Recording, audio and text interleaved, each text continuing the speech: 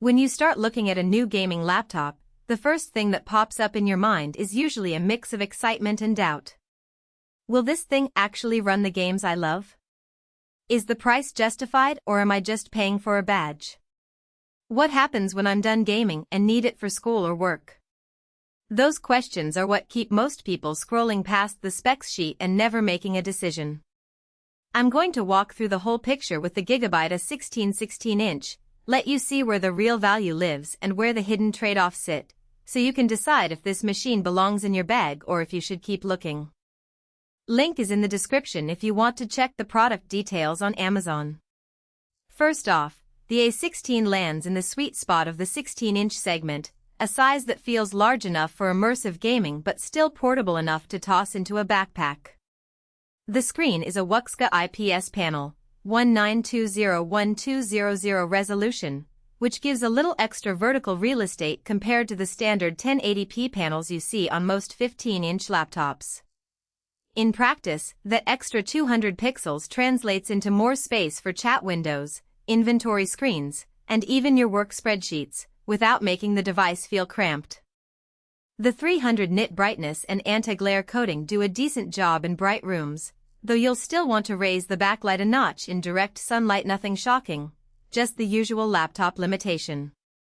The heart of the machine is a 13th Gen Intel Core i7-13620H, a 10-core chip that can boost up to 4.9 GHz. Pair that with an NVIDIA GeForce RTX 4050, and you have a combo that can hit 1080p high settings in most modern titles without breaking a sweat.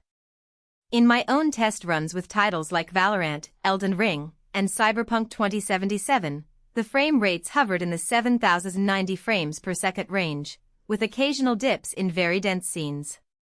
That means you can play competitively or enjoy story-driven experiences without constantly tweaking settings.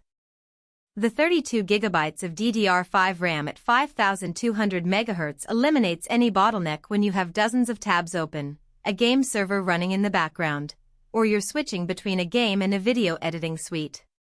The 1TB PCIe NVMe SSD loads Windows in under 15 seconds and cuts level loading times dramatically. Nothing you'll notice as slow unless you're moving massive 4K video files daily.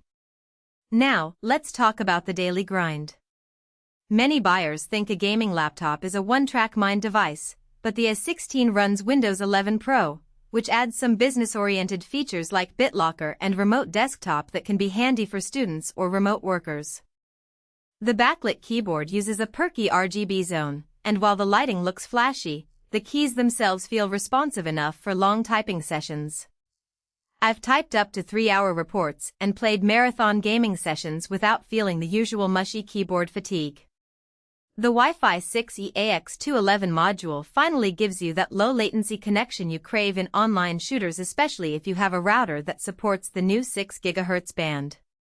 In my home network, I saw ping drops improve from 30 milliseconds to the low 20s when the laptop was on the 6 GHz band, which is a tangible benefit if you're serious about low-lag competitive play.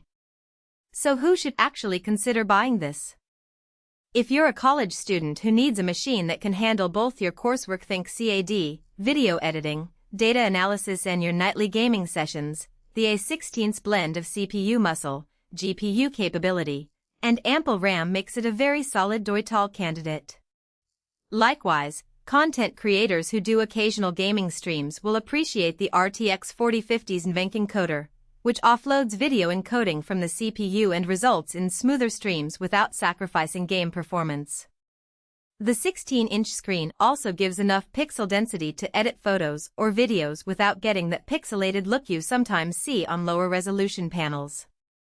On the other side, if you're a hardcore esports competitor whose primary metric is achieving the highest possible frame rate on the lowest possible power draw, the RTX 4050, while respectable, isn't a flagship GPU. You might notice a few frames less than you would on a laptop with an RTX 4060 or higher. In that case, you could end up paying for a larger screen and excess RAM you don't really need, just to get a performance level that's already a step below your ideal.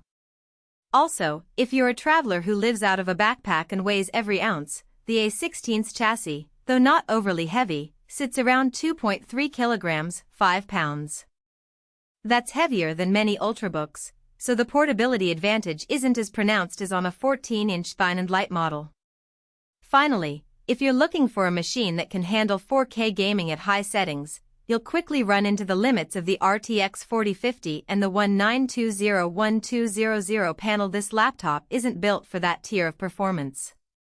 One practical weakness that shows up after you start using the A16 for longer stretches is thermals. The cooling system, which uses a dual-fan design and a set of heat pipes, does a competent job under moderate loads, but when you push the GPU and CPU together for extended periods, think a 10-hour gaming marathon, the fans spin.